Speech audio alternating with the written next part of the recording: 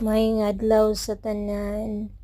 Nami karon diri sa daplin sa dagat sa Igayla Beach diri sa Kuwait. Kauban ako akong amiga. Pagkahuman ako og trabaho, gihapit ko niya, so nanganhimi diri kay wala pa po diyang amo, so galaglaag sa mi. Kay pag nana among amo, sigurado busy na sa tanang busy among kinabuhi. Bitaw diri sa Kuwait, swerte na ka na makaamo ka buotan na magkaroon ka ng day off every week at may mga pagkain ka, hindi ka nahihirapan sa mga amo mo.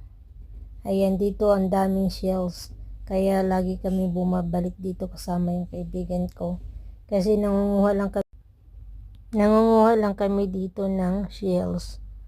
At gusto din naming maligo dito, siguro mag-schedule kami another day para maligo kami dito kasi sobrang linis ng tubig. Talagang sarap maligo, pero yun nga, dumaan lang kami dito. Kaya pagbalik namin maligo na kami dito. Salamat sa panonood. God bless everyone.